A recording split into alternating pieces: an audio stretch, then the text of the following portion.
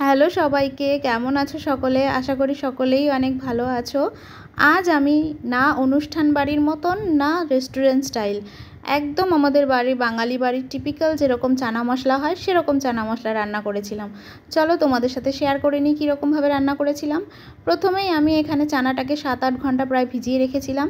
তারপরে প্রেশার কুকারে ভালো করে নুন হলুদ দিয়ে সিটি মেরে সেদ্ধ করে নিয়েছিলাম। এখানে ছোলাটা আমার সেদ্ধ হতে প্রায় 3টে সিটির প্রয়োজন হয়েছিল।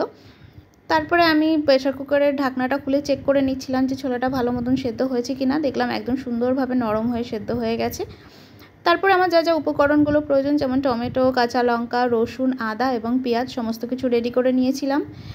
একটা মিক্সিং বোলের মধ্যে টমেটো, কাঁচা লঙ্কা, রসুন এবং আদার একটা থিক পেস্ট করে নিয়েছিলাম। তারপরে কড়াই গরম হলে কড়াইতে তেল দিয়ে দিয়েছিলাম তেজপাতা, গোটা গরম মশলা ফোড়ন। এরপর যে কুচনো পেঁয়াজগুলো ছিল সেই পেঁয়াজগুলো ভালো করে ভেজে নিয়েছিলাম। পেঁয়াজগুলো ভাজা ভাজা হয়ে গেলে টমেটো, আদা, রসুন এবং কাঁচা লঙ্কার যে পেস্টটা ছিল সেই পেস্টটা দিয়ে দিয়েছিলাম। এটার সাথে আরও কিছুক্ষণ ভালো করে পেঁয়াজগুলোকে মিশিয়ে কষিয়ে নিয়েছিলাম। এইগুলো সব ভালো মতন কষানো হয়ে গেলে তারপরে দিয়ে দিয়েছিলাম জিরের গুঁড়ো এবং ধনের গুঁড়ো, আর দিয়ে দিয়েছিলাম স্বাদ অনুযায়ী নুন। এরপর আবার কিছুক্ষণ সমস্ত মশলাগুলো ভালো করে কষিয়ে নিয়েছিলাম।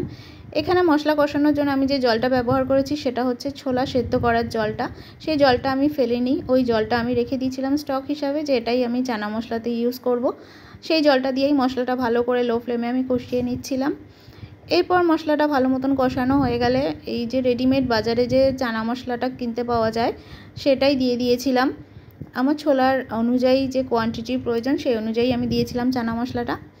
তারপরে সমস্ত মশলা ভালো মতন কষে গেলে যে সেদ্ধ করে রাখা ছোলাটা ছিল সেটা দিয়ে আরও কিছুক্ষণ মশলাটার সাথে ভালো করে কষিয়ে নিচ্ছিলাম। ছোলাটা কষানো হয়ে গেলে তারপরে যে জলটা রেখেছিলাম ছোলার সেদ্ধর, সেই জলটাই আমি এখানে গ্রেভি হিসাবে ইউজ করব। সেই জলটা দিয়ে আরও কিছুক্ষণ আমি হাই ফ্লেমে ঢেকে ছোলাটা সেদ্ধ করে নিচ্ছিলাম, যাতে ছোলার ভেতরে সমস্ত মশলাগুলো ঢুকে যায় এবং খেতে ভালো লাগে। এরপর দিয়ে দিয়েছিলাম আমি এখানে স্বাদ অনুযায়ী সামান্য একটু চিনি। তারপরে দিয়ে দিয়েছিলাম কসৌরি মেথি এবং ধনেপাতা। কসৌরি মেথিটা আমি একটা চাটুর মধ্যে একটু গরম করে নিয়েছিলাম, তারপরে হাতের তালুতে ঘষে নিয়েছিলাম, তাতে কসৌরি মেথির গন্ধটাও খুব সুন্দর আসে আর একদম পাউডারের মতন গুঁড়ো গুঁড়ো হয়ে যায়, যাতে মুখে বাঁধে না এবং খেতেও ভালো লাগে। ব্যাস তৈরি আমাদের বাড়ির তৈরি একদম সুন্দর, বেশি তেল মশলা ছাড়া চানা মশলা। বিশ্বাস করুন, রেস্টুরেন্ট থেকে অথবা অনুষ্ঠান বাড়ির থেকে কোনো অংশে কম হয়নি খেতে, বরঞ্চ আরও ভালোই হয়েছে খেতে। সাথে ছিল এখানে ভাটুরে।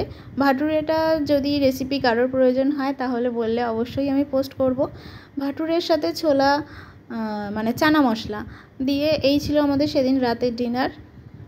খুবই ভালো হয়েছিল, রেস্টুরেন্টের থেকে তো অনেক ভালো।